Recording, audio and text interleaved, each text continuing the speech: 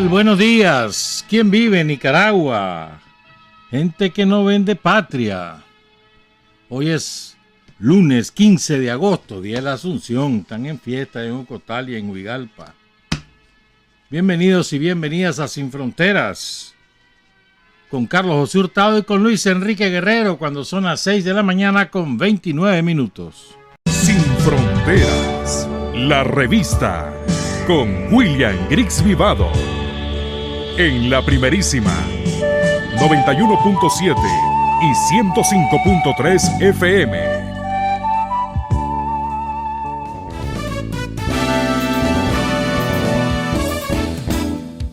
Sin fronteras para decir la verdad.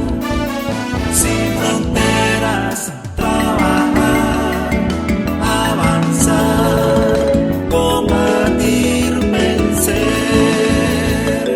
Sin fronteras.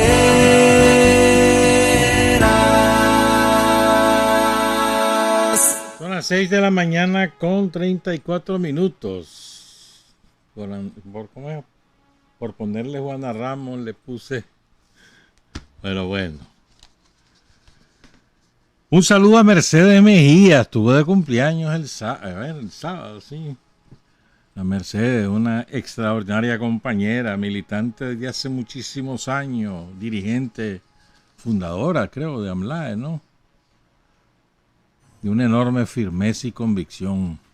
Muy inteligente la Mercedes. De esa mujer es brava. ¿Verdad, Mercha? Felicidades, Mercedes. Un saludo también allá en Jinotega, la compañera Yasodara González Castillo, que nos escucha cada semana. Y a la compañera aquí en Managua, Rosa María Montiel. Y a toda la familia. Miren, ya vamos a hablar de la coyuntura y estas cosas. Pero me escribió un compañero y esta idea yo creo que es para que la tomen los jóvenes sandinistas. Bueno, a Carlos Amador ni le digo porque ese nunca tiene tiempo. Y tenemos como 2 años de estar esperando que nos ayude, entonces ya ni le digo. Pero bueno, si hay otros compañeros que son expertos en aplicaciones informáticas, ¿no? Y esta es una muy buena idea del compañero Denis Hurtado. Dice el compañero: creo que tenemos mucho por hacer para cumplirle a todos ellos sacándolos del anonimato y haciendo justicia a su labor, entrega y sacrificio. Es por ello que humildemente sugiero la creación de una base de datos que recoja la biografía de todos los caídos y sobrevivientes de la lucha de nuestro pueblo en sus diferentes etapas. La guerrilla, la insurrección final, la defensa de la revolución, en su primera etapa en los diferentes frentes, el neoliberalismo y la etapa actual. Propongo la elaboración de una guía de biografía para recabar la información a través de la estructura partidaria en cada rincón del país y a través de los familiares y protagonistas que probablemente no están integrados en las estructuras. Una forma de hacer más efectiva la recolección de la información es desarrollando una aplicación que alimente la base de datos directamente desde la fuente. Y yo creo que es una muy buena idea. O sea, hacer una aplicación donde hacer el formato, ¿no? de la reseña biográfica y vienen las personas y llenan eso. Incluso con la posibilidad de subir una foto. A mí me parece muy bueno. Ahora, ¿quién hace la aplicación? ¿Quién la desarrolla? Y después cómo se distribuye, pues eso es harina de otro costal. Pero aquí tenemos un montón de chavaleros que son genios en la informática, ¿verdad? Y eso se puede hacer en coordinación con la dirección del partido, pues en cada territorio. Pero es excelente idea. Y además que ahora todos estamos en eso, ¿no? En lo informático. Entonces te imaginas al chavalero también en la concreta, en la UE, haciendo eso, pues. Es fácil, pues. Sería relativamente fácil. Texto y foto. Y no un texto largo, una reseña, pues. Cuándo nació, cuándo cayó, sus padres, sus madres, dónde estudió, cuándo se incorporó al frente. Y unos datitos ahí, más la foto. Y por lo menos así ya se tiene. Creo que en la Juventud Sandinista ya tienen una base de datos bastante grande, pero no sé si la tienen en aplicación o en Excel, pero sí la tienen, muy grande. Es enorme, es que la verdad es que son tantos caídos, ¿verdad? Claro, falta, ese es como el 20% de los nombres de los que realmente han caído en el país, pero bueno, es un avance sustancial. Así es que Denis Hurtado hace esta propuesta y nos pasó el teléfono y su correo electrónico. Un 15 de agosto cae el compañero Jorge Luis Urbina Gallegos. Este muchacho era poeta, era de la Facultad Preparatoria de León. Cayó en el 87, si mal no recuerdo. Y ya su papá murió, su mamá vive aún, ya tiene 81 años. Este muchacho nació en Muy, departamento de Matagalpa, comunidad indígena. Jorge Luis Urbina Gallegos. Eber Cárcamo dice que él lo vio morir. Le decían Lílica. Y él decía que no era de Muy, soy de Beriberi. Genial, ¿verdad? Beriberi, que es muy. Dice Eber Cárcamo, yo lo vi caer. Una bala en la cabeza, en la costurita del sombrero. Sus ojos verdes se dibujaba una palmera de coyolito, las nubes y el sol cayendo. Era tipo 3 o 4 de la tarde de ese día. Y ahí tenemos una única foto que la publicó Fernando Argüello, porque en esa foto aparece otro compañero ya caído. A la izquierda, con el sombrerito de punta, está José Adán Centeno, originario de Yalí, también de la prepa. Este compañero cae en Batitán, Poncaya, cuando desmantelamos, dice Fernando, los campamentos contrarrevolucionarios del Jorge Salazar.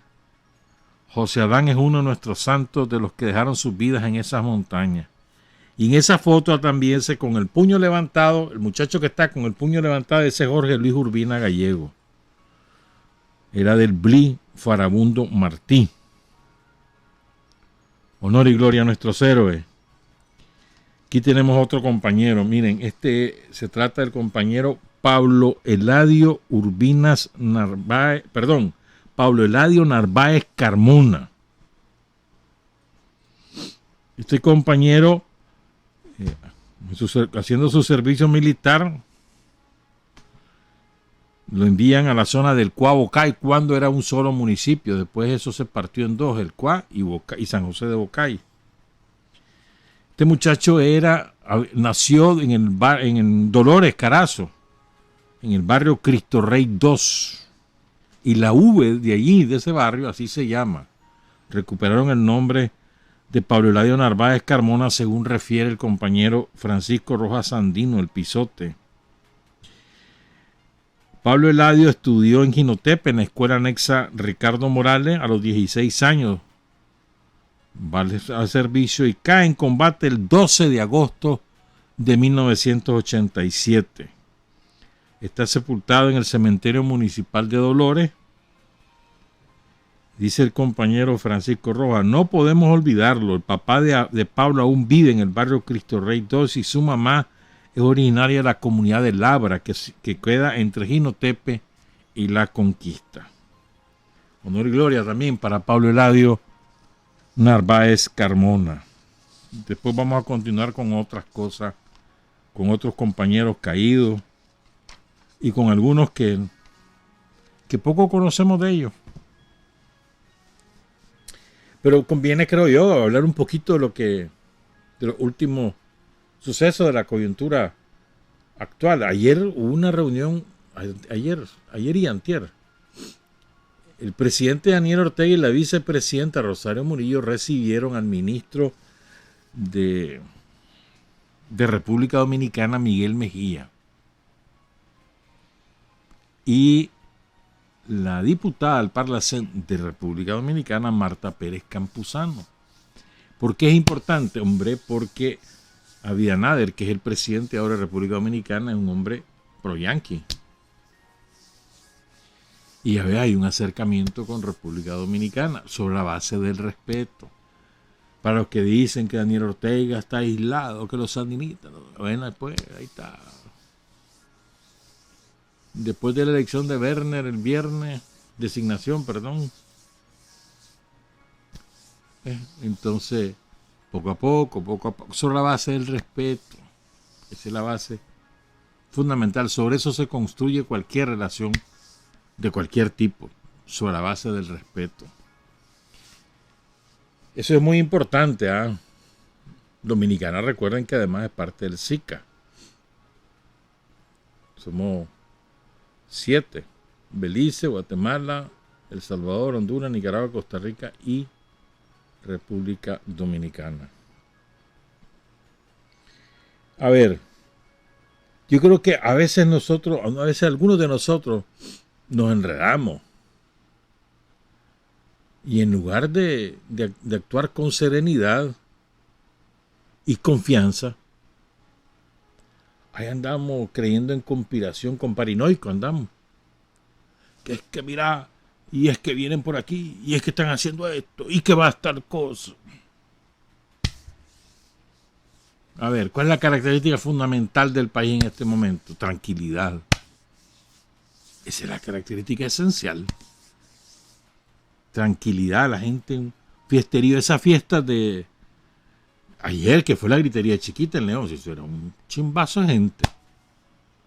En Ocostal llevan como una semana de fiestas patronales, lo mismo en Huigalpa, que han estado muy buenas las de Huigalpa. En Granada, lo mismo, pues.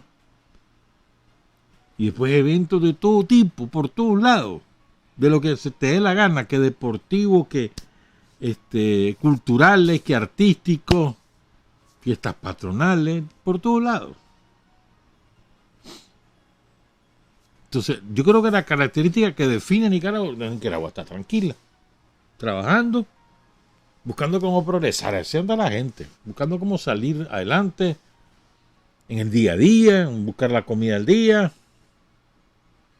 Y el ir progresando, mandar a los chavales a estudiar, que ahora hay tantas oportunidades de estudiar de lo que querrás, carreras técnicas o carreras universitarias, o terminas tu primaria, o terminas tu bachillerato. Hay de todo ahora. Yo creo que debemos, me parece a mí, asumir eso. Este país está tranquilo. ¿Dónde hay molote? Decime, ¿dónde hay molote? Te voy a dar ejemplo. Ahora el eje de la propaganda yanqui, de los sicarios, es que estamos en persecución religiosa contra la Iglesia Católica. Y ayer Brenes ahí andaba, poco faltó para que lo llevara de chineado Juan Valle, el jefe de la policía de Masaya. Ahí llegó a la parroquia de la Asunción, creo que se llama, ahí en Masaya, a consagrar algo así a la Virgen, una actividad religiosa católica. Y hizo una misa ahí, unas 300 personas habrían en la iglesia o algo así, ¿verdad? Con Pedro Méndez, el cura párroco. Sin novedad. Bueno, si hasta lo invitaron a comer a Juan Valle, ahí en la casa cural, imagínate vos, persecución religiosa. Y ahí vimos al obispo Sócrates René Sándigo, ahí en León. La alcaldía les construyó ahí una cosita súper bonita que se coloca en las partes laterales de las catedrales, de las iglesias, de las basílicas. Y además un jardín. Bueno, es que León está salvaje, hermano. Le han metido reales a León. Le han metido reales. ¿Para qué? Cierto, León es como Granada, igual. Granada y León, los dos, hay que disfrutarla tardecita y noche o al amanecer. Porque con aquel solazo, hermano, que hace en León o que hacen en Granada, hermanito, que vas a disfrutar si vas con ojos chinos por el reflejo del sol. Pero ya hacia las 4 o 5 de la tarde es para pasear en León. Lo han dejado, el centro de León, pues lindo. Y en Granada, los dos. Bueno, pero el caso es que ahí estaba inaugurando y con el alcalde y no sé qué. Y después ayer la gritería chiquita, un vaso de gente, como siempre, como todos los años. Y después, bueno, te lo voy a poner otro ejemplo. Y la viuda no anda convocando que vengan, que van a rezar. Y ahí llegan todos a su iglesia y nadie les dice nada. Y hay un curerío ahí que les da la misa y que el rosario. Sigan rezando. Si son, aquí nadie les dice nada. Ese no es el problema. Fíjate que el problema de nosotros en Nicaragua no es que los curas hablen de política. No, ellos tienen derecho a hablar de política. De estar contra el gobierno, sí, decirlo. Pero otra cosa es involucrarse en acciones contrarias a la ley, conspirar, sumarse a los planes de Estados Unidos, recibir dinero de Estados Unidos con el propósito de desestabilizar. Eso es harina de otro costal. Pero aquí hay un montón de curas que viven volando riatas. Hay en los púlpitos. Y que sigan volando. Otra cosa es cuando ya se ponen a actuar. Entonces comienzan a organizar, ¿verdad?, sus hordas, no sé qué, y a conspirar. A hacer acciones de destrucción incluso. Esa es otra cosa. Pero el cura. Los pastores, ¿cuántos pastores no hay que dicen esto, que dicen otro? Están en su pleno derecho. Es decir, te voy a dar otro ejemplo. Mira, la última encuesta de MIR decía que a nivel centroamericano la Iglesia Católica ya representa menos del 40%. O sea, hay una deserción masiva de la Iglesia Católica. La Iglesia Católica ya no es lo que era hace 30 años, ya no. Las congregaciones evangélicas le arrebataron gran parte de su feligresía. Entre otras razones porque las congregaciones cristianas evangélicas son mucho más cercanas a la gente. Están en el territorio. Son más comunitarias. ¿No? Y entonces, y son alegres además. No es que en lo católico ya es funerario aquello. Pues. Pero bueno, eso es harina de ellos. Lo que quiero decir es que esos son los factores que han contribuido y otros factores que vos ves a la jerarquía vaticana de la iglesia aquí en Centroamérica, que está totalmente divorciada del sentimiento popular. En Honduras, con ese cardenal nefasto que tienen, en El Salvador o en Guatemala o en Costa Rica, casados con los ricachones, defendiendo los intereses de los ricachones. Y aquí no es igual, pues. La mayoría de la jerarquía vaticana en Nicaragua está casada con los ricachones y defiende sus intereses. La mayoría, no estoy diciendo que todo. Muchos curas de pueblo no. Están casados con los intereses de la gente. Ayudan a que la gente supere problemas, median con las autoridades, le dicen, mira, este muchacho tiene este problema, ayudémonos. No sé. Allá andan los curas de pueblo. Muchos curas de pueblo en ese plan. Pero la jerarquía es otra cosa.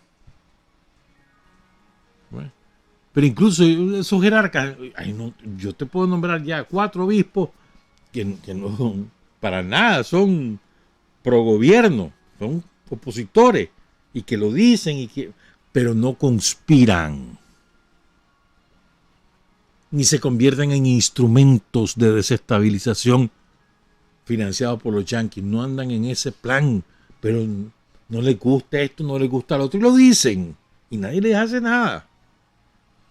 Muchos pastores de congregaciones cristianas hacen lo mismo, y nadie les hace nada. ¿Verdad? Y a nadie aquí se le dice si vas a creer o no vas a creer, si vas a ser parte de una congregación cristiana, o te vas a ser musulmán, o te vas a ser budista, o vas a ser católico. Cada quien que haga lo que quiera. O que no vas a hacer nada, eso es cosa tuya. Entonces, Hay que distinguir, me parece a mí, pero lo que yo decía era que no hay que andar con piranoico. No, hombre. La primera característica, te decía al principio, te lo repito, es que estamos tranquilos. Este país está tranquilo.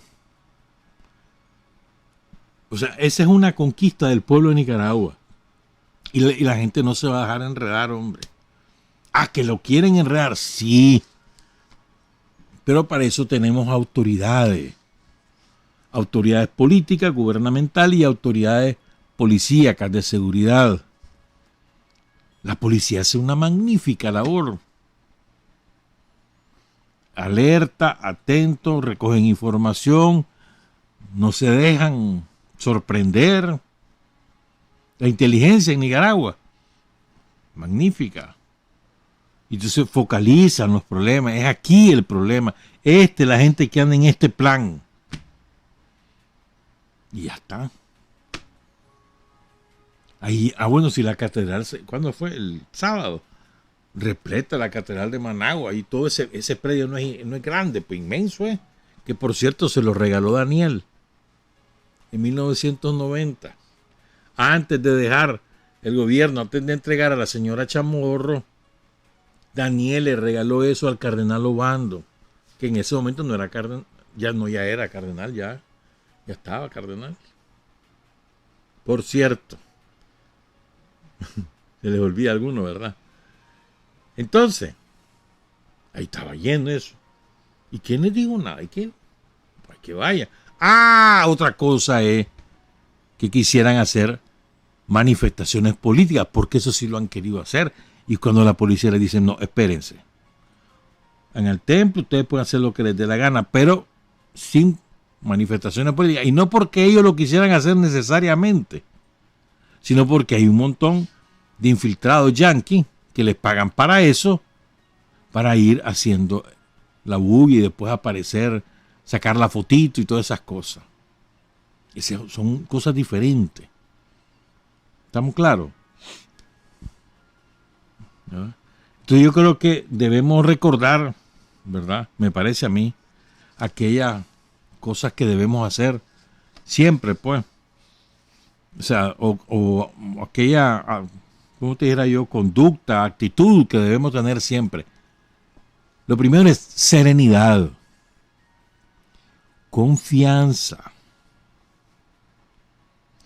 sensatez, responsabilidad y solidaridad. 5 actitudes que debemos asumir.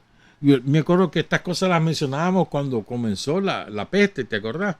Ahora todo el mundo anda en la fiesta sin la mascarilla. Y ahí vamos como 4 o 5 semanas sin muertos por COVID. Pero bueno, para ese entonces, serenidad, confianza, responsabilidad, disciplina,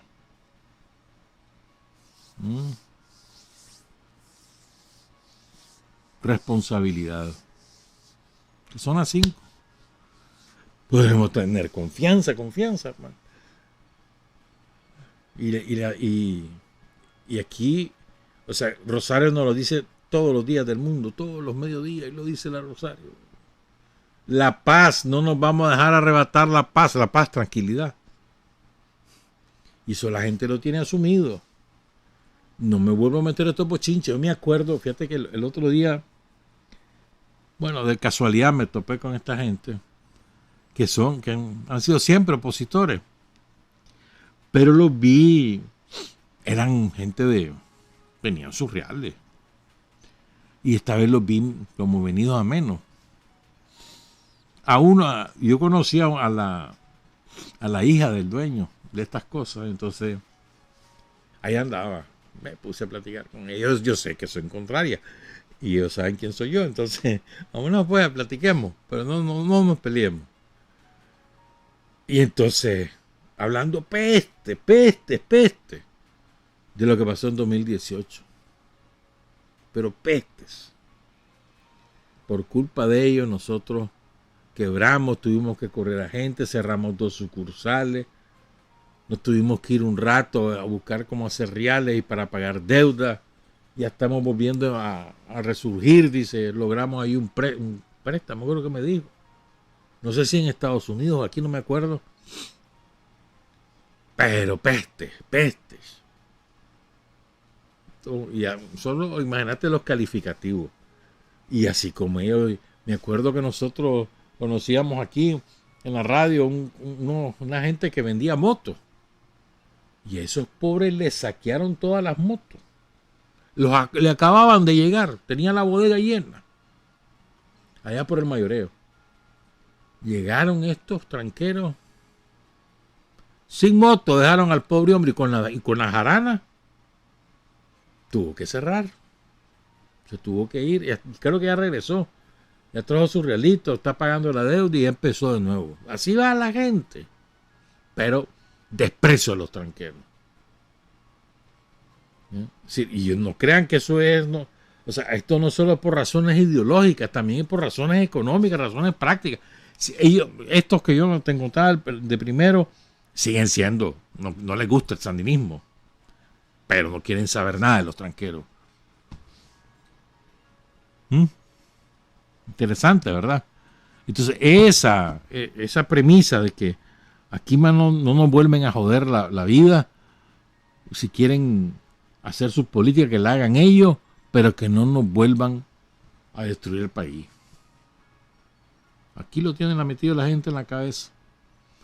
No se vuelven a dejar enganchar.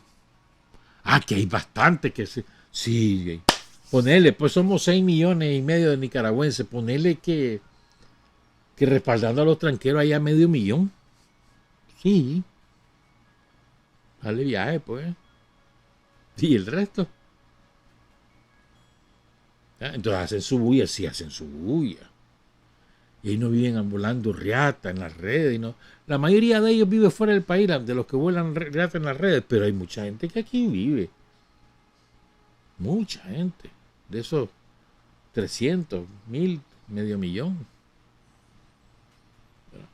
Entonces yo creo pues que no debemos hacer caja de resonancia de los conspiranoicos, ¿verdad? Y mucho menos de los tranqueros, de los sicarios de los yanquis. No hay que hacer caja de resonancia, hay que hablen, que digan y que tuernen. Hacen unos inventos, hermano. Uno se queda sorprendido, pero ¿cómo es posible que inventen tanta chochada? Y que haya gente que se los crea. Claro, después ya se van enterando de cómo es la cosa y ya. Te voy a dar un ejemplo, pues. Han hecho escándalo con la cancelación de la ONG.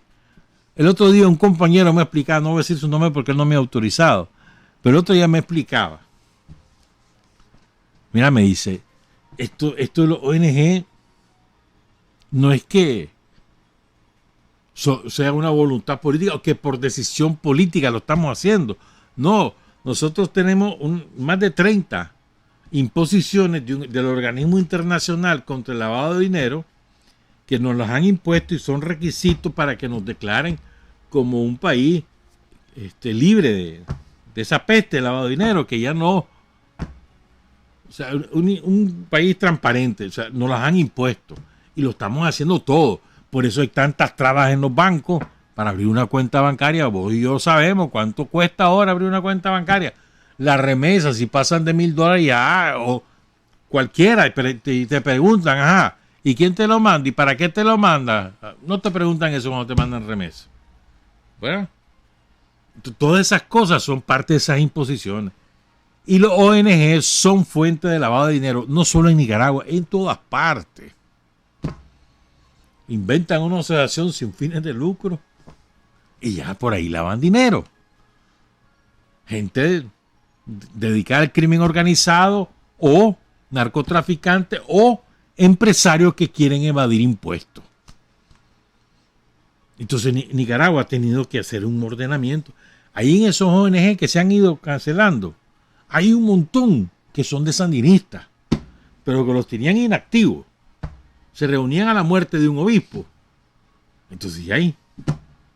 Y además no tenían su documentación. Ahí a mí me parece eso inaudito. O sea, No importa el gobierno que esté, vos te sometés a la ley. Ya está. Nosotros, por ejemplo, y lo hemos dicho en otras oportunidades, en los 17 años del somocismo, del retorno del somocismo, nosotros jamás dejamos de presentar nuestros informes, jamás, en tiempo y forma y autorizado, recibido, jamás. Si lo hacíamos con el somocismo, ¿cómo no lo vamos a hacer con nosotros mismos? Que somos gobierno ahora. O sea, hay gente que es loca, vago. Ah, no, es que ahora está Daniel, ya no, pero con mayor razón, si este ordenamiento jurídico. Pero bueno, pues entonces ese es otro ejemplo, pues el de los ONG, impuestos. Y hay que hacer esa limpia, hay que hacer una purga que no es jugando. Entonces ahora, por fin, ya que me parece muy bien haber sacado de la esfera legislativa el autorizar o desautorizar un ONG, que eso es administrativo, no tiene por qué ser legislativo, es una tarea administrativa. Entonces lo sacaron del ámbito legislativo y se lo pasaron como función al Ministerio de Gobernación. Correctísimo, facilita todo, lo hace más expedito. Ah, no, ya están, qué barbaridad, esto es una aberración, no sé qué. Seamos serios. Pero ya te digo, pues, por dónde vienen las cosas. Entonces yo creo que debemos defender la tranquilidad en la que vivimos. Debemos recordar esas 5 características que tenemos que sostener, mantener a toda costa en nuestro comportamiento. La serenidad, la confianza, la sensatez, la disciplina, la solidaridad, la responsabilidad. La mejor manera que nosotros tenemos de contribuir como sandinistas es haciendo nuestro trabajo y haciéndolo bien. No hacer la mueca, porque hay muchos que hacen la mueca, o que son los que mandan a hacer. Dice, me voy a ir a hacer un domingo voluntario, dice. Un voluntario para estar de veleta, mientras los que siempre han trabajado son los que hacen el trabajo físico. ¿Cuántos no conocemos así? No. Hacer nuestro trabajo y hacerlo bien. El trabajo ordinario por el que nos pagan y el trabajo político. En fin, a defender la tranquilidad, a seguirla defendiendo, pues no le paren bola a los conspiranoicos. Hay que tengan guardado a la viuda del somocismo. Y si quiere estar con 4 o 5, hay que estén. Hasta que se calme, que baje las pasiones, que se serene, que entre en razón. Está furioso. ¿Sabes por qué está furioso? Porque las radios que el Telcor les dijo que tenían 18 años sin tener licencia y estaban operando. Les digo, hombre, ya está, ya se me acabó la paciencia. Pero ¿cuál era la cosa? Que le servían de lavandería, porque recibían dinero supuestamente para el funcionamiento de la radio, y era mucho más, y lo otro era para el bolsillo de la viuda Álvarez y para financiar su tropelía, por ejemplo. Ese es uno de tantos ejemplos. Al viaje, pues, una pausa, regresamos con muchas cosas más. Son las 7 de la mañana con 6 minutos. Hay hombres que luchan un día y son buenos. Hay hombres que luchan un año y son mejores. Pero hay hombres que luchan toda la vida. Esos son los imprescindibles. Son las 7 de la mañana con 10 minutos. El otro día yo les decía que hay un auténtico héroe del que no conocemos prácticamente nada. Yo creo que el 99.99% de los nicaragüenses no sabe nada de Manuel Coronel Matus, o de Manuel Matus como él se firmaba. Estoy convencido. Y es una injusticia histórica, política e histórica. No vamos hoy a hacer toda la reseña biográfica porque estamos esperando que sus nietos nos ayuden a conformar una una reseña biográfica más ajustada a la realidad, pero sí quiero referir 3 cosas sobre Manuel Coronel Matus. Manuel Matus se firmaba él, pero era Manuel Coronel Matus, tenía un despacho incluso. A ver, este es uno de los, ¿cómo te diría yo? De los ideólogos de la Revolución Liberal. Leí ahí un trabajo sobre él donde lo compara, incluso decía, no recuerdo si lo comparan o creen que sus conocimientos eran superiores, por ejemplo, al de José Madrid, que se consideraba la catedral de la ideología liberal en la época de José Santos Zelaya, y el que lo sustituye, lo mandan a traer de la Corte Centroamericana de Justicia y lo ponen de presidente en vez de Zelaya, y después se rajó también y se fue. Manuel Coronel no se rajó. Es de los pocos celayistas que mandaron que no se rajó. No solo se quedó en Nicaragua, sino que además que acudió, porque era diputado, acudió al Parlamento. O sea, un hombre valiente. O sea, esto es sumamente importante. Ya les voy a decir además lo que no llegó ahí a pasear. ¿Verdad? O sea, pero la mayoría de los celayistas salió fuera del país, se fue corriendo. Manuel Coronel no. Que él era un abogado nacido en Masaya. Es Masaya, Manuel Coronel. Ocupó numerosos cargos. Fue juez local, juez de distrito, lo que sea, magistrado, presidente de la corte, un centroamericanista convencido, o sea, morazanista, pues. Fue canciller, bueno, en aquella época era ministro de Relaciones Exteriores e Instrucción Pública, o sea, también se cargaba de la educación. Un hombre muy, muy, muy, muy capaz. Y aunque no estuviera en el gobierno, él siempre defendía a Zelaya. Siempre.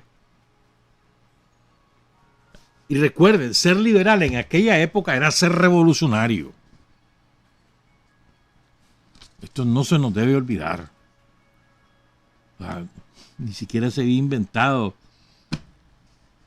creo yo, el antiimperialismo como categoría ideológica. Po. Lo estaban haciendo. Po. Y entonces, pero lo más importante, ya llevo 2 cosas, ahora voy con las otras 2. Lo más importante, con solo un hecho de lo que hizo Manuel Coronel, es para que tenga su nombre en letras de oro en la historia de Nicaragua. Vean, Philander Knox, el maldito secretario de Estado de Estados Unidos, le manda la nota, le entrega la nota al embajador de Nicaragua en Washington y le manda a decir a Zelaya, te me vas o bombardeo Nicaragua.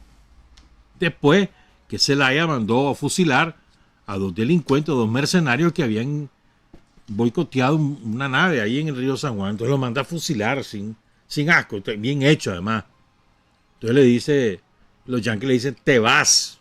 Y si no te vas, te mato. Es decir, te mando las cañoneras, te mando a los yanquis, te vamos a matar. Y Zelaya se raja. Renuncia. Después hicieron un operativo y se fue a morir a París. Entonces, la única voz allí en el Parlamento que denuncia lo ocurrido es Manuel Coronel Matus.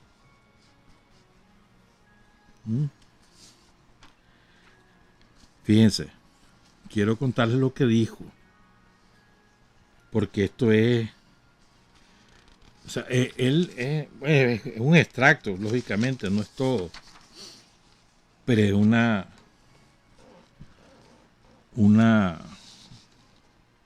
espérate que lo estoy buscando, que no es que lo hice. No me digas.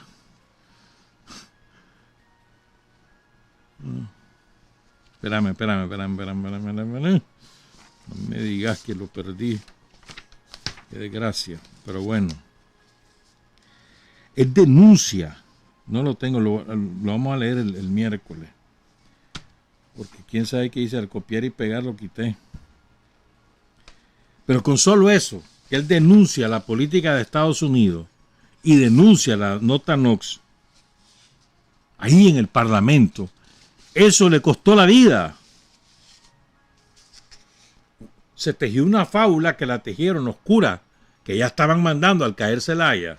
Los conservadores y los yanquis crearon una fábula de que él se había suicidado. La versión oficial es que Manuel Coronel Matus estaba metido en la casa de un amigo aquí en Managua, después de haber asistido al Parlamento, fue a una gallera, que no sé qué, ¿verdad? Y que cuando llega a la casa, llegan una turba conservadora, y cuando él ve que van armados y que van furiosos, entonces él prefirió pegarse un tiro, porque como él era asmático, no quería ir a la cárcel y estar padeciendo el asma en la cárcel. Se fue a la fábula, y eso fue lo que sembraron. Tanto los herederos, los descendientes de Manuel, como algunos partidarios de Zelaya de la época, denunciaron que fue asesinado por los marinos yanquis en represalia por lo que dijo en el Parlamento y porque era un celayista convencido. Podía emerger como el líder de los celayistas y se lo vuelan por eso. O sea, es un crimen político, un magnicidio. Y nosotros no, ni vos ni yo, ¿cómo es posible que no hayamos reconocido lo que es Manuel Coronel Matus, que lo tengamos ahí, que hay una escuela que así se llame? La Escuela de Derecho, por ejemplo, de la UNAM. La Facultad de Derecho Manuel Coronel Matus, por ejemplo.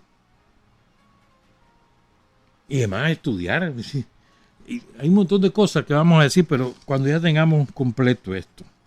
Pero sí quiero, esto es lo último.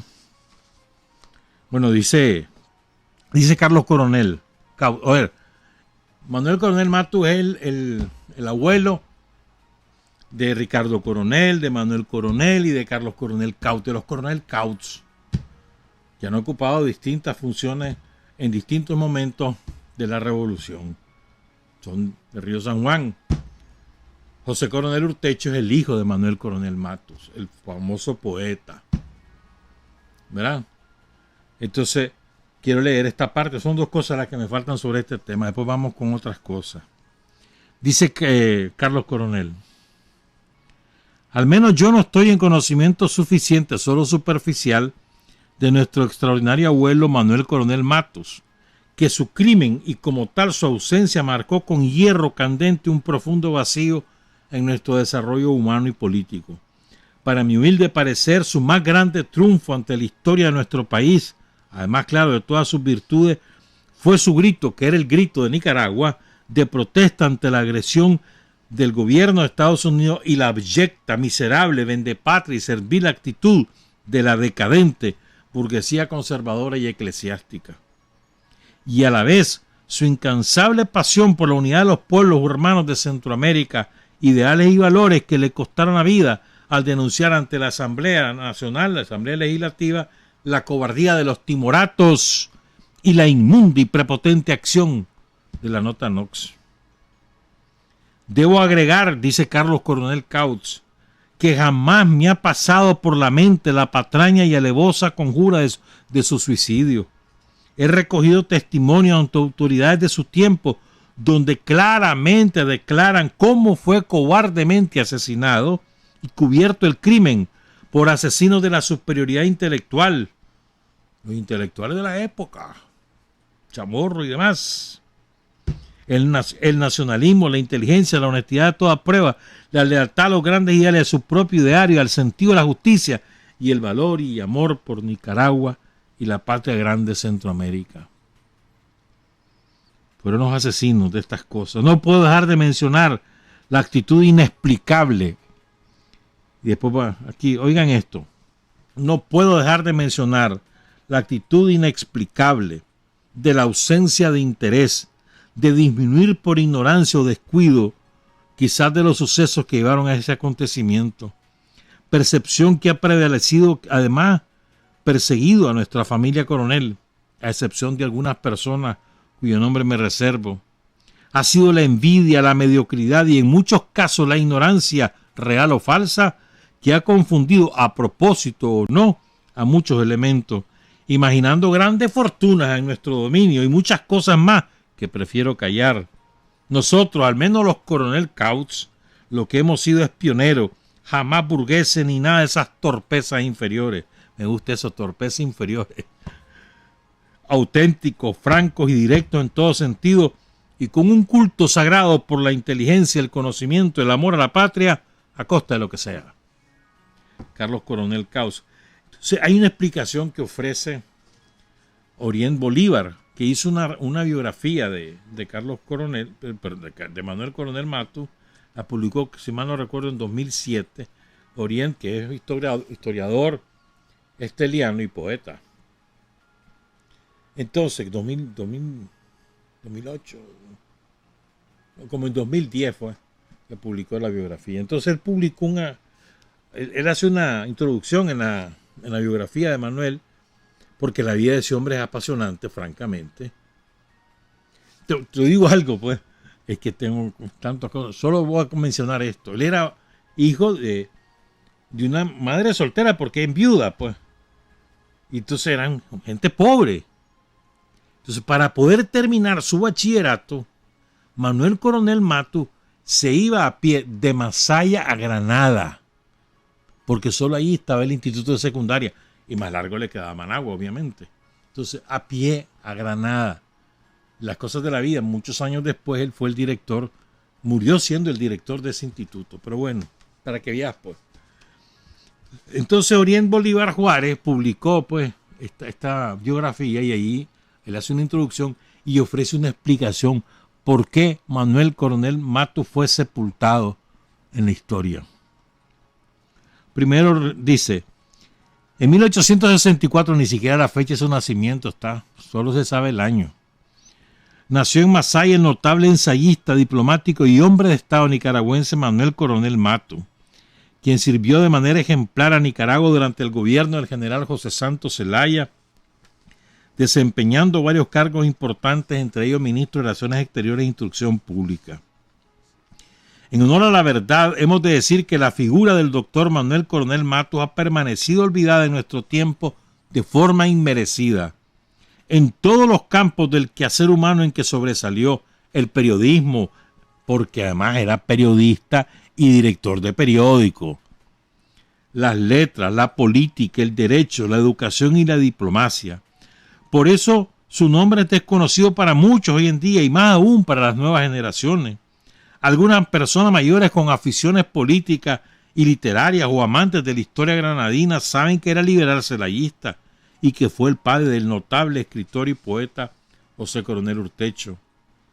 Lo anterior se podría explicar quizás porque Manuel Coronel Matus no fue un héroe militar de grandes hazañas, sino que más bien fue un héroe cívico que usó como arma y medio de transformación la palabra civilizadora, la palabra edificante del consenso y el entendimiento, la palabra que une a los pueblos y hace patria.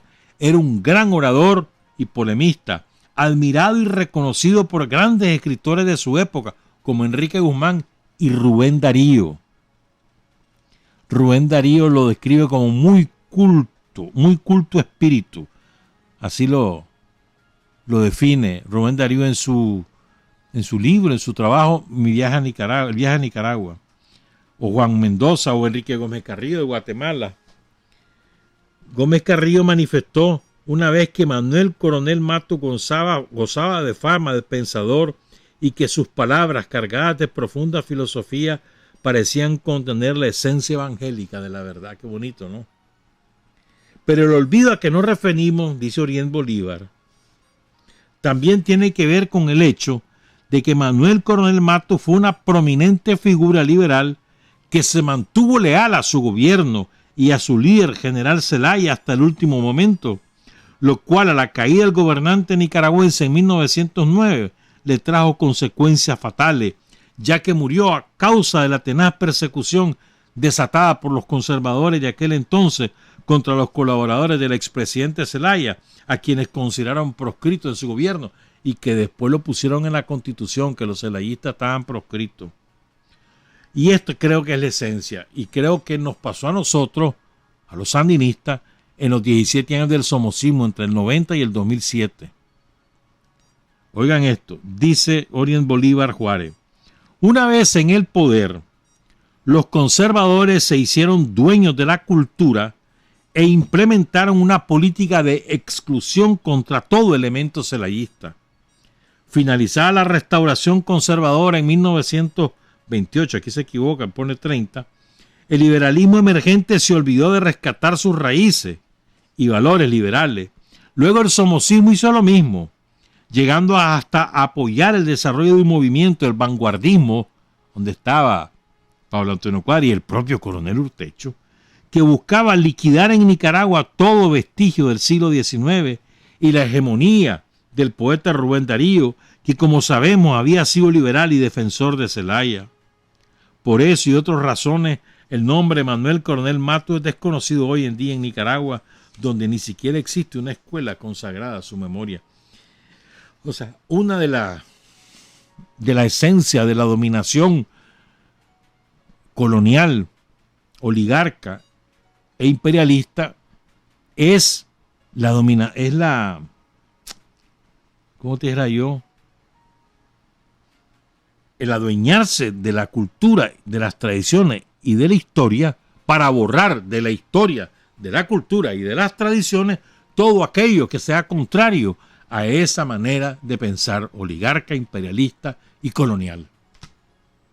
Eso fue lo que nos hicieron en aquellos 17 años, borrando los nombres de nuestros héroes y mártires de las escuelas, de las calles, de los callejones, destruyendo los monumentos, destruyendo el Museo de la Alfabetización, para que borráramos el vestigio de la epopeya del pueblo de Nicaragua cuando se liberó del somocismo. Bueno, igual hicieron con Manuel Coronel y nosotros, los sandinistas, no hemos hecho justicia. Tenemos que hacer justicia, creo yo, con Manuel Coronel Mato y rescatar su aporte a la patria, a la historia, porque son indudables sus aportes. Pero otro día vamos a profundizar sobre estas cosas. Son las 7 de la mañana con 28 minutos. Estás con la musiquita todavía, vos estás divirtiéndote. Nada, que puede, fíjate, se lo comió el reloj. Bueno, a mí también, pues, si yo fui el que lo reseté. Ayer fue 14, sí, hombre. Fue el 40 aniversario ya, 40 años, qué barbaridad. Del accidente que le costó la vida a Marcos Somarriba. Marcos Somarriba, un gran cuadro político del Frente Sandinista, forjado en las trincheras, bueno, en las aulas universitarias, en las trincheras. Un tipo con una gran lucidez lucidez y solidez ideológica. Nació en el 53, ¿sí?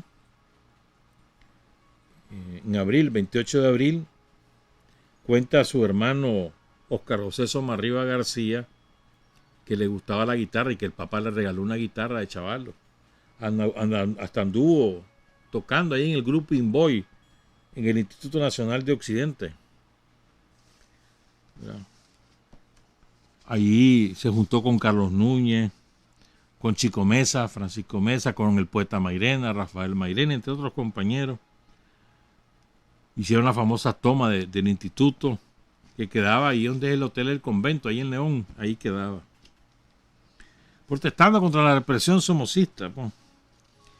Sale del colegio, se fue a estudiar biología a la UNAM, ahí por supuesto, a organizarse en el Frente Estudiantil Revolucionario, llegó a ser dirigente del movimiento estudiantil, hasta que el Frente decide pasarlo a la clandestinidad en el 74, previendo el golpe que estaban preparando y que habría represión después de ese golpe. Entonces él, junto con otros compañeros, pasan a la clandestinidad. Tenía como 22 años Marco Antonio Somarriba García. Por supuesto, llegó a recibir entrenamiento, todo lo que significaba pasar la clandestinidad. Entonces él estuvo en varias escuelas guerrilleras, participó en una de las tomas de Radio Mundial, estuvo en el operativo para proteger el arribo del comandante Carlos Fonseca cuando retornó al país a final del 75, principio del 76. ¿Verdad? Aquí en Managua, él lo trasladan a Managua. Aquí estuvo en una casa de seguridad, la compartía con Israel Levite, que cayó en Masaya. Precisamente compartiendo esa casa de seguridad que todavía, esa familia ahí vive todavía. Me contaba el general César Larga Espada Palavicini, que conoció muy bien, fue subalterno del comandante Somarriba, que esa familia aún vive ahí en esa misma casa, en el Riguero, y en su misma conducta política, ¿no? ¿Verdad? El caso es que viene la división y Israel sale por un lado y Marcos por otro lado. Entonces se dedicó al trabajo organizativo en los barrios orientales. Es uno de los creadores de la juventud revolucionaria, de los comandos revolucionarios del pueblo, de las brigadas populares. ¿Verdad? Ahí trabajó con Adolfo Aguirre, con Román González, con Ulises Rodríguez. Ese chaval era buenísimo, Ulises Rodríguez. Con José Mercedes Cubillo. Forjando cuadros. Tenía facilidad Marcos Somarriba para esas cosas, para forjar cuadros. Andaba en una escuela, creo que era una escuela guerrillera, andaba en una misión por el lado de Malpaisillo, allá por el Terrero. Eso queda, si te vas por la carretera entre La Pacenta y Malpaisillo, queda en esa dirección. Entonces por ahí estaba en una escuela guerrillera y lo agarró la guardia. Andaban armados, lo agarró la guardia, pero guardia es un caballo, ¿verdad? Lo agarran preso, pues no creas que los trataron con cariño, ¿verdad? Ya sabes cómo lo trataba la guardia. Pero los guardias es un caballo, se robaron las pistolas, las armas que andaban. Entonces cuando lo llevan ante el juez no hay evidencia, entonces los tuvieron que soltar. Pero además hubo protestas estudiantiles, ¿no? Porque todo el mundo sabía quién era Marcos Somarriba, pues. Salió libre, regresa a Managua, con el seudónimo que más usó Marcos fue Salvador. Y cuenta César Larga Espada que ahí nomasito lo nombraron miembro del Estado Mayor, ya en los preparativos de la insurrección, para la insurrección de septiembre, ya queda en el Estado Mayor también para la insurrección final. Él se hizo cargo de todos los barrios orientales, Santa Rosa, lo que es hoy el Celinchible, La Perfecta se le decía, Santa Clara, todas esas zonas de la carretera norte. Incluso Marcos es el que diría, bueno, junto con otros compañeros, por ahí andaba, bueno, no importa, aquellas dos famosas emboscadas, fueron resonantes emboscadas.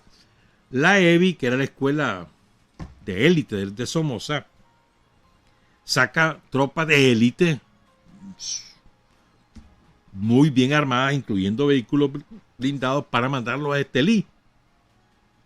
Porque Somoza decía que si caía Estelí, caía él.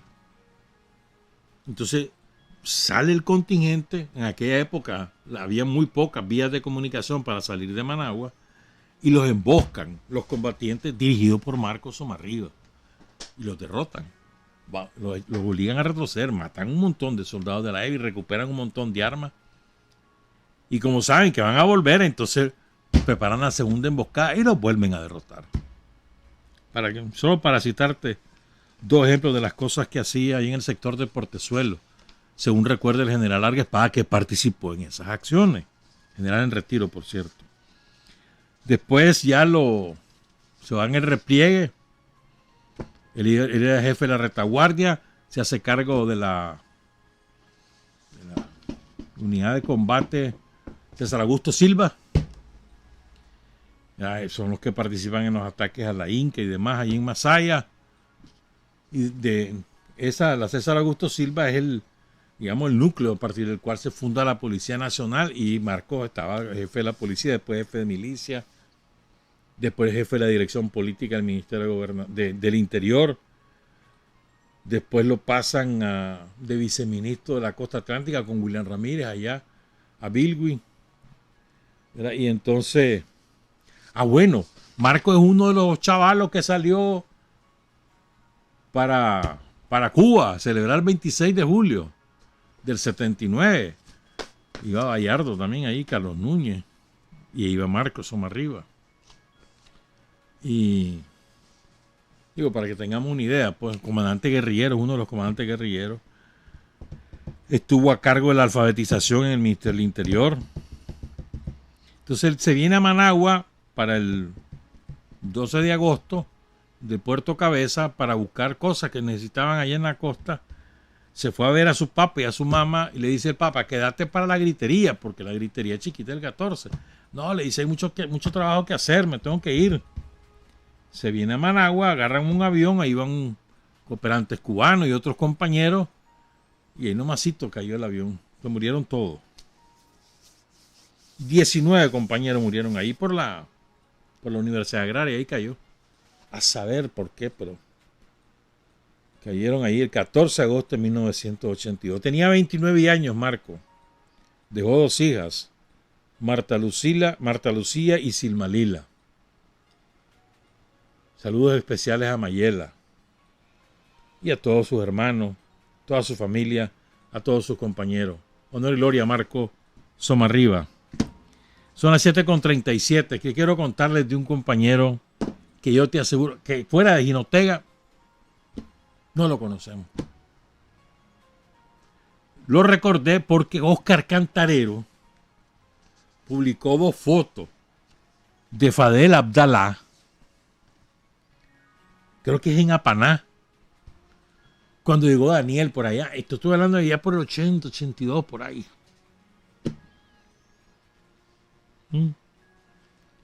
Dice Cantarero, enorme felicidad me dio encontrar estas fotos que tenía extraviadas. ¿Quién es Fadel Abdalá? Era un gigante como de 2 metros. Siempre andaba con un bastón.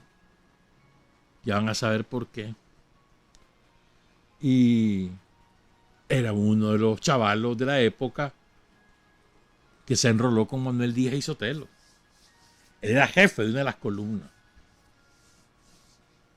Ese Fadel Abdalá, como era, estoy hablando en serio, 2 metros de altura. ¿Eh? Ahí tenemos algunas fotos donde se nota. Miren a Daniel cuando está con Fadel Abdalá. Daniel lo tiene que volver para arriba. De tan alto. Pero lo ven ustedes también con los guerrilleros y él sobresale.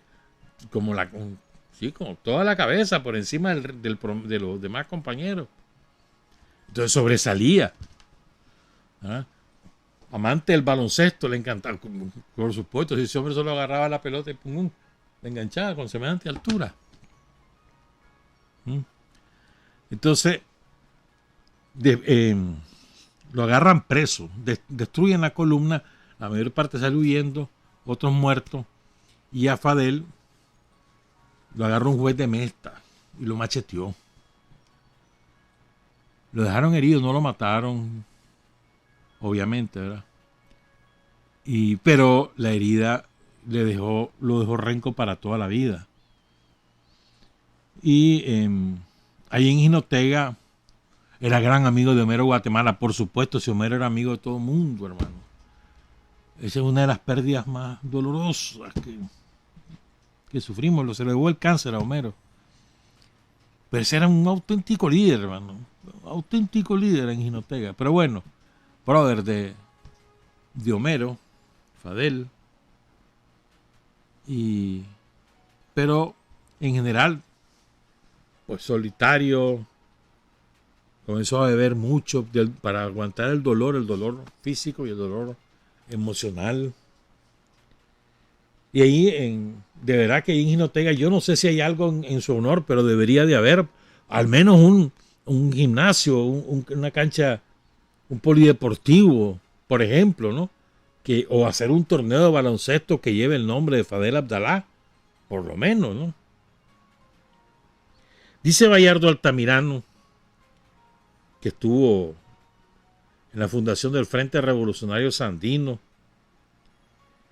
Dice que en esa época, que antes del Frente Sandinista, hablaron con Manuel Díaz y Sotelo, pero él decía que nosotros, los del Frente Revolucionario Sandino, teníamos demasiada paciencia y que así no haríamos nada, que íbamos a llegar a las calentas griegas.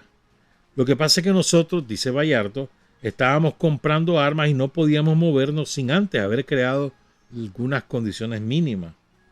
No podíamos darle mayores detalles, así que Manuel Díaz y Sotelo entró a Nicaragua con un grupo y fueron masacrados cerca de Pueblo Nuevo.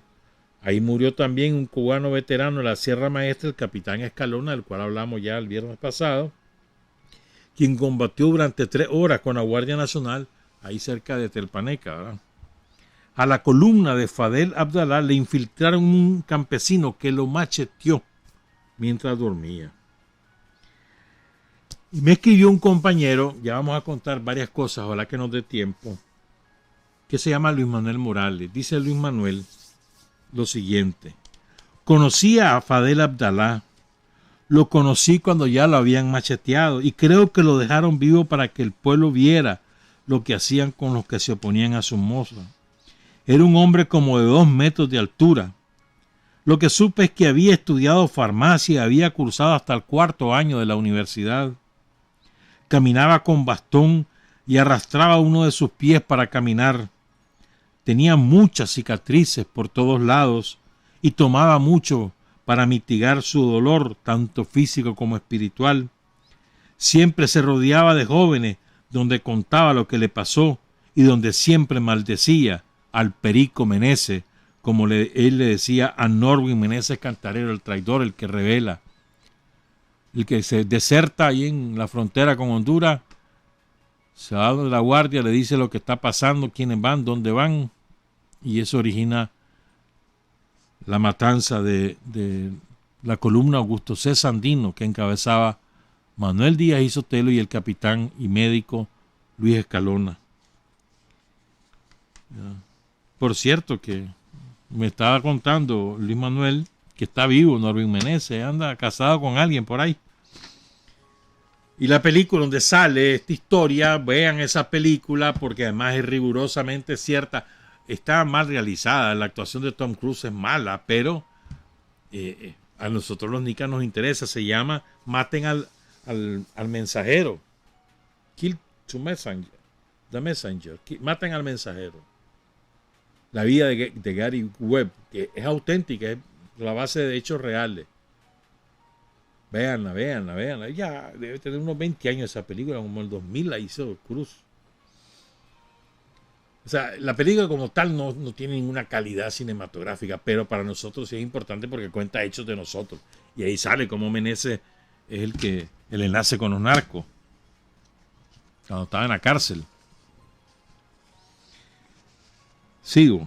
Dice otro compañero: Fadel Abdalá deambuló el resto de su vida por las calles de Jinotega, caminando torpemente, asido a un bastón, desconocido e ignorado totalmente por sus coterráneos, cuidado por una de sus hermanas hasta la muerte en pleno anonimato. Eso no es tan cierto, pues. Bueno, porque sí, ya te digo, Daniel lo fue a buscar. David Blanco, comandante guerrillero, uno de los hombres más importantes en la brigada Pablo Úbeda. No, pero ya este otro caso. Ahora ya vamos a contar este otro caso porque esto es muy bueno. Quiero contar esto. Dice Luis Manuel. Dice, ahí tenemos un par de fotos que dicen esto. Dice, él quería dar la explicación de que por qué se le decía a los guardias patas socadas y a los gringos machos. Patas socadas a los guardias por las famosas polainas. Son esas que a los que están viendo el video y los van a ver, que de la rodilla hacia el tobillo las usaba la guardia, esas son las polainas, ¿verdad? Y lo de macho es porque acostumbraban a patear a los campesinos y los comparaban con las mulas, que son buenas a volar las patas. Por eso se le decía, por eso los soldados de Sandino le bautizaron a los gringos como los machos y a los guardias como los patas socadas. Cuenta también Luis Manuel que él conoció al profesor Aníbal Ruiz Mendoza, del cual hablamos el viernes. Varias personas me escribieron sobre el profesor, algunos sorprendidos, que no sabían que era una hormiguita de Sandino. Dice, yo vivía a cuadra y media donde, el profesor Ruiz vivía a cuadra y media donde yo vivía. Estudié secundaria con Nubia, una hermana de él. También conocí a su padre, que era poeta, que trabajaba en hojalatería, hacía calderetas, reparaba la sombrilla, hacía candiles. Y a mi padre le hacía un tipo de lámpara llamada carburera. Yo me acuerdo de esta lámpara de carburo. Sí, hombre. El papá del profesor Aníbal hablaba latín, imagínate vos, y era muy preparado, pues era poeta. Cuenta también Luis Manuel, estas cosas son bonitas compartirlas. Conocí a Otto Casco, caído en Pancasán, gran amigo de Mirna Mendoza, la comisionada Norma Mendoza, fallecida recientemente, y Aníbal Ruiz, reclutado por su tía Mirna Mendoza. Conocí a Otto Casco, él iba a jugar ajedrez donde Helio Moreira, hermano de mi amigo Arturo. Él siempre andaba con una boina corinta. Su papá tenía una gran tienda de zapatos, sobre todo de marca Doc, imagínate la Doc desde entonces. Conocí a su hermana Lourdes y a su hermano Francisco.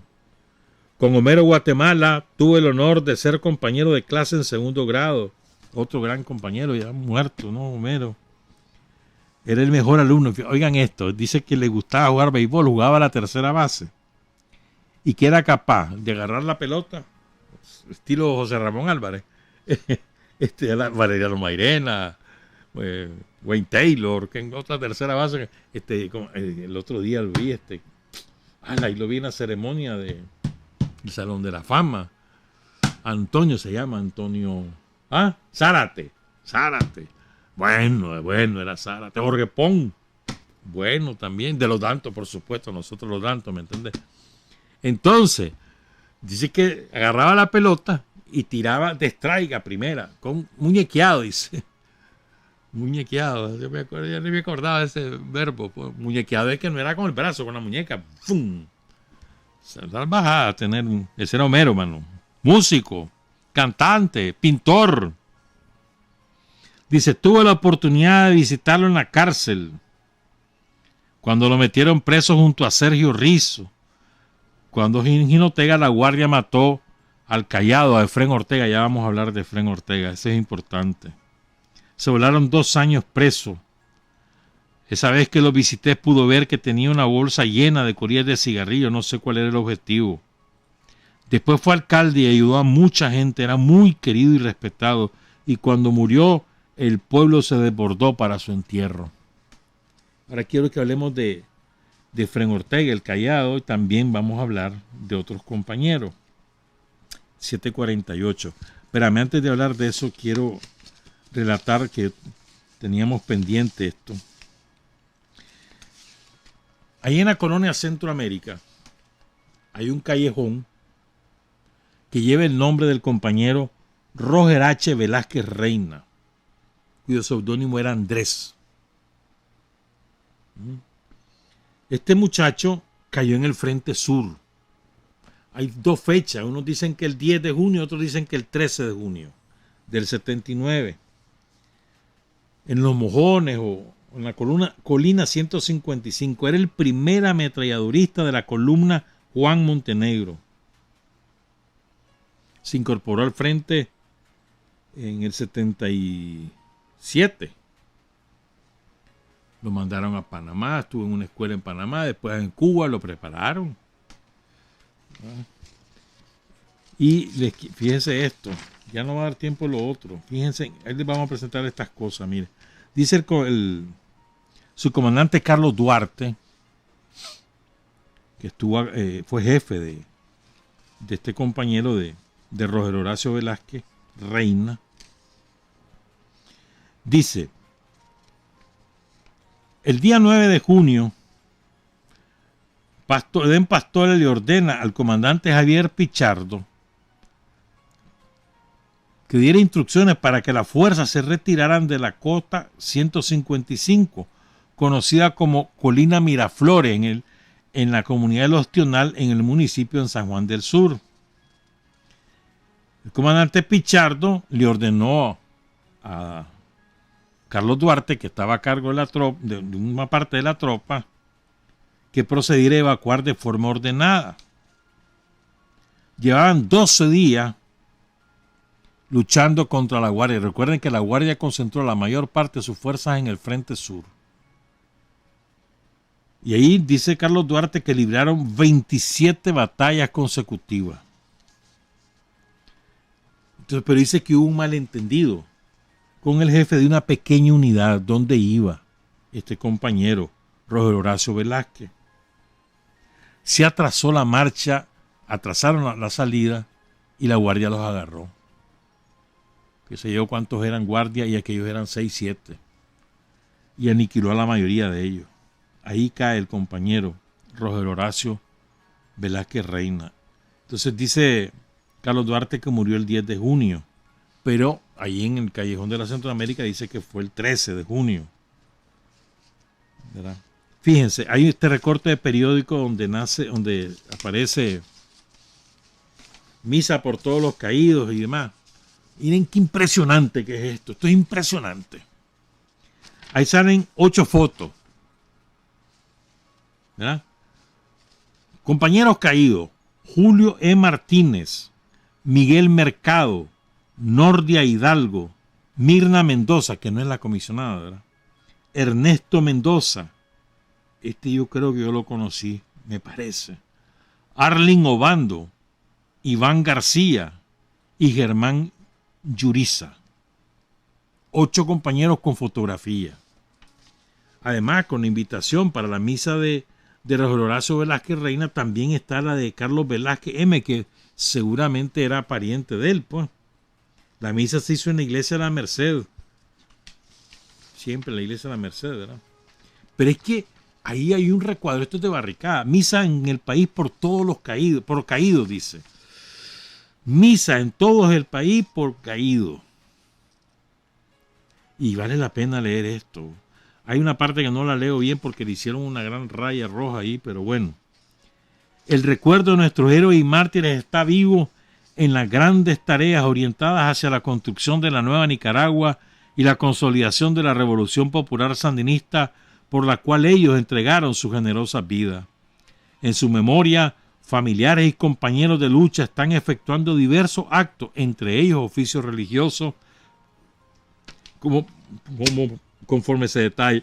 El jueves 12 de junio, misa por los combatientes: Orlando Briones López, José Valladares Pavón, Ulises López Cárdenas, Oscar, ahí viene un nombre, el apellido que no lo conozco, y el segundo es Mesa, Francisco Río, luego viene un nombre que no lo logro leer, después dice William no sé cuánto Pérez, Gerardo Sotelo, Silvio Briceño. Todos estos compañeros son caídos en el barrio San Judas, asesinados por la Guardia en 1979. Viernes 13, ya lo leímos, la misa por el compañero Roger Horacio Velázquez Reina, Andrés. Y la misa la hicieron allí en el callejón que lleva su nombre. Dice, en la iglesia de Nuestra Señora del Carmen, misa en memoria del compañero, no se entiende, no sé cuánto, creo que ese es uno de los de la foto, de apellido Rosa, no se entiende, qué desgracia, ¿verdad? Y alguien más de apellido Pérez. En la parroquia en Indirí, a las 10 de la mañana, misa por el combatiente Francisco Gómez López, invita a su mamá, Gloria del Carmen. En Monseñor Lescano, en la iglesia del Sagrado Corazón, misa por el compañero Julio Ernesto Martínez Cabrera, muerto donde fue la tercera sección de policía por un rocket lanzado por los pilotos asesinos. Iglesia de San Antonio en Estelí, misa por la compañera Nordia González Hidalgo, quien cayó en la colina de Villa Libertad. Sus padres Fernando González y Dora Hidalgo invitan a sus compañeros y amistades. Iglesia de La Salina, departamento de Rivas, misa por la combatiente Arlín de Jesús Obando Ugarte, quien cayó combatiendo en esa ciudad. Su mamá auxiliadora Obando espera la concurrencia de sus amistades y compañeros de lucha. En la iglesia La Purísima, barrio Torres Molina Sur, aquí en Managua, misa por el compañero Iván García Páez. Invitaban sus padres Miguel Páez Reyes y Elba García Medina. Empezaba el barrio Camilo Ortega. En la iglesia del Carmen, Managua, misa por el compañero Miguel Mercado, quién sabe cuál es el segundo apellido, asesinado por la genocida. En la iglesia de Guadalupe, misa por el compañero Germán Yuriza Alvarado, combatiente caído en Bataola. Su mamá Norma Alvarado invitaba a sus amistades. Es que es enorme la cantidad, ¿verdad? Y de todos ellos, nosotros no tenemos su reseña biográfica, pero alguien la debe tener. Por eso es importante la propuesta que hace el compañero, ¿verdad? De hacer una aplicación.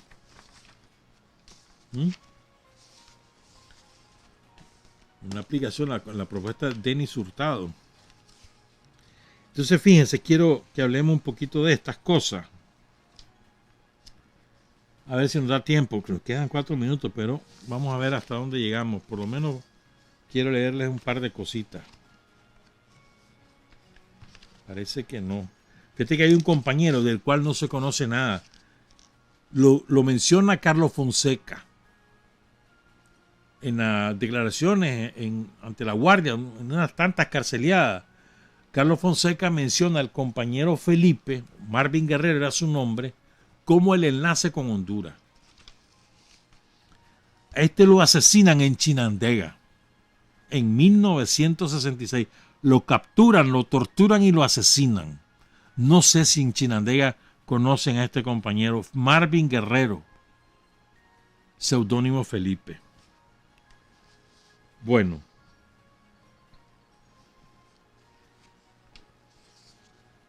Fíjate que cuando capturaron a Homero Guatemala, se me olvidaba mencionar esto fue, ahí capturaron también a la mamá, según nos contaba Luis Manuel Morales, la mamá de Homero.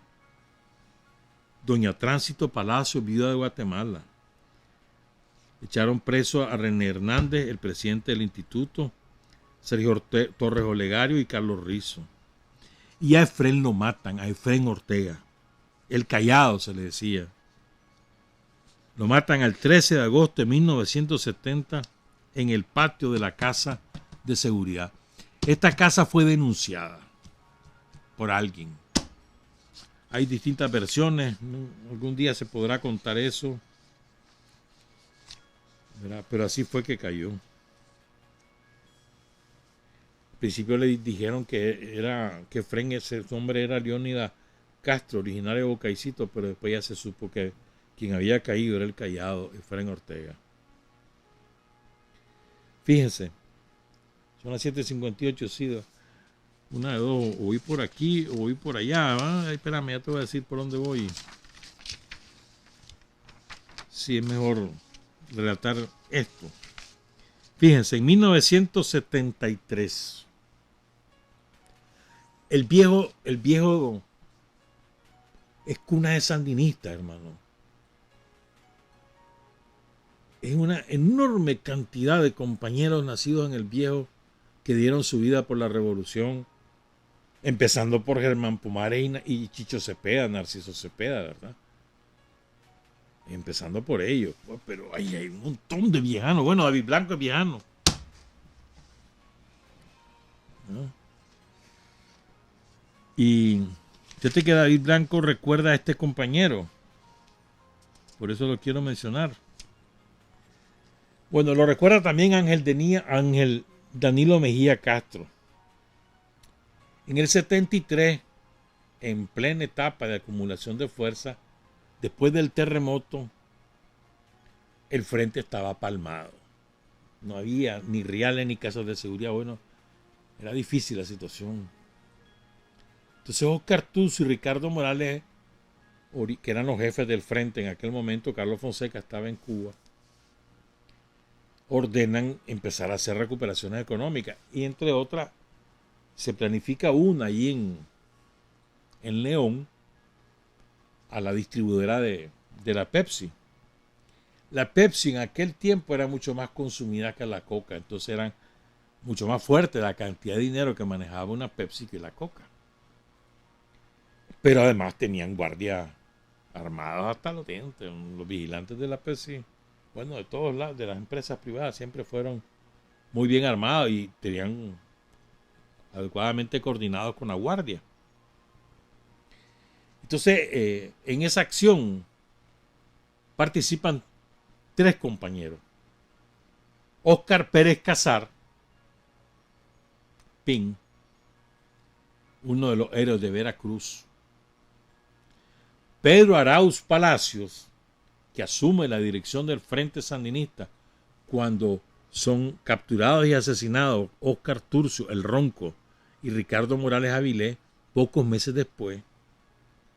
Y el tercero que participa es el compañero Pablo Manrique Arteaga Núñez, seudónimo Willy. Este hombre, este muchacho tiene su historia particular porque su papá, Victoriano Arteaga, que era un campesino de mediana propiedad, un tipo conservador. Recuerden, en la época ser conservador era ser opositor a Somoza. Y cualquiera que era opositor a Somoza era propenso a ser sandinista. Era lo lógico, increíble, pero es cierto.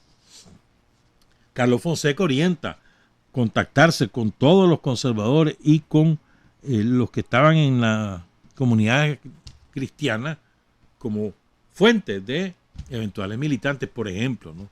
Entonces, el papá de Pablo Manrique Arteaga, Victoriano Arteaga, era un líder conservador, pero además de mucho arraigo, muy popular ahí en Chinandega.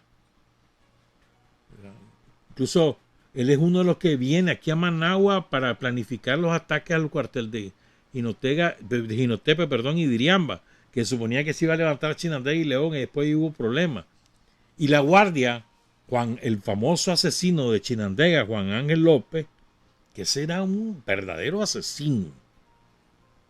Este es uno de los compañeros, Victoriano Arteaga, cuyo cuerpo aparece en los zanjones ahí en Pozo Ortega.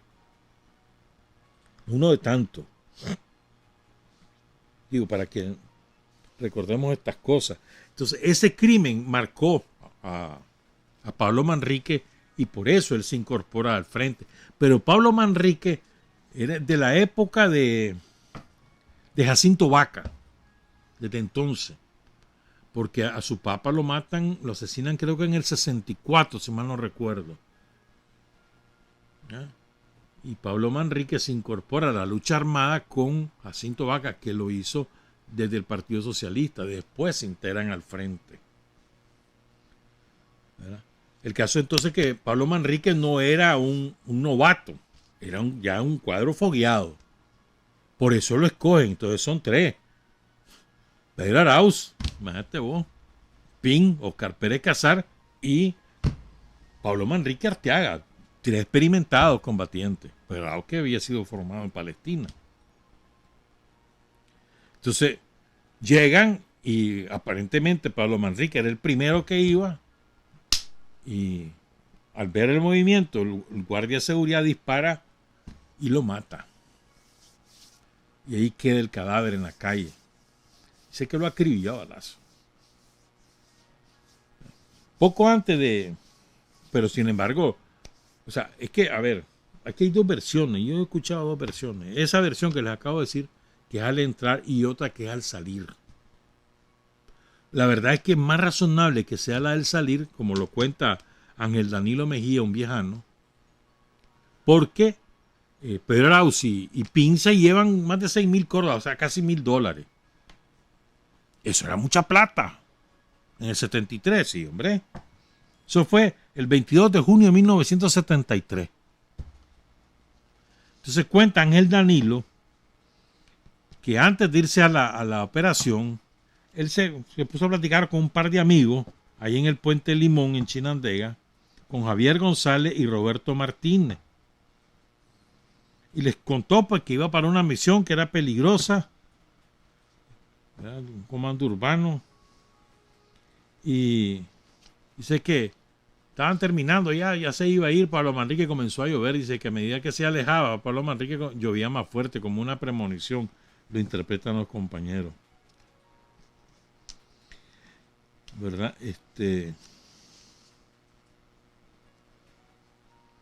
Después de ese operativo se desató la represión. La guardia comenzó a buscar sandinistas ahí en Chinandega, en el Viejo, porque claro, cuando identifican a Pablo Manrique y saben que es del Viejo, llega la guardia. Y se fueron allá a las faldas del volcán Cosiguina, Ahí 2 colaboradores, Marta Beltrán y Francisco Morazán, logran salvar a Plutarco Hernández, que ahí lo tienen escondido. Después Plutarco se convirtió en un desastre. Mejor ni hablo porque ya murió. ¿No? Eso pues. Pablo Manrique Arteaga Núñez, otro héroe, caído el 22 de junio de 1973. Y David Blanco dice: yo soy viejano, y algo que incidió en tomar partido político fueron algunos hechos que sucedieron en mi pueblo natal, El Viejo. Un tío político de David, Victoriano Arteaga, quizás la figura de oposición más relevante del departamento de Chinandega, fue asesinado por un guardia, el esbirro Juan Ángel López. Quizás recuerden en los años 70 el famoso Zanjón de Pozoltega, donde fueron a tirar los cuerpos de varios campesinos trabajadores de la hacienda San Carlos. Victoriano Arteaga fue como hermano de crianza de mi padre, casado con una hermana de mi mamá. Tuvo un hijo que se integró con Jacinto Vaca y murió por el Frente Sandinista en 1973. Manrique Arteaga Núñez. Pablo Manrique Arteaga Núñez. Willy. Ya nos vamos, ya casi nos vamos. Hay una historia preciosa que cuenta Ángel Danilo. Vamos a ver si la contamos el miércoles y después tenemos otras cosas más por ahí. Ya no hay tiempo, sí. Ya no hay tiempo. La historia de Mama Rosa nos quedó pendiente y nos quedan pendientes muchas cosas más. Trabajar, avanzar, combatir, vencer, patria y libertad. Revolución es sentido del momento histórico. Es cambiar todo lo que debe ser cambiado. Es igualdad y libertad plenas. Es ser tratado y tratar a los demás como seres humanos. Es emanciparnos por nosotros mismos y con nuestros propios esfuerzos. Es desafiar poderosas fuerzas dominantes dentro y fuera del ámbito social y nacional. Es defender valores en los que se cree, al precio de cualquier sacrificio. Es modestia, desinterés, altruismo, solidaridad y heroísmo. Es no mentir jamás ni violar principios éticos. Es convicción profunda de que no existe fuerza en el mundo capaz de aplastar la fuerza de la verdad y las ideas. Revolución es unidad, es independencia, es luchar por nuestro sueño de justicia para Cuba y para el mundo, que es la base de nuestro patriotismo, nuestro socialismo y nuestro internacionalismo.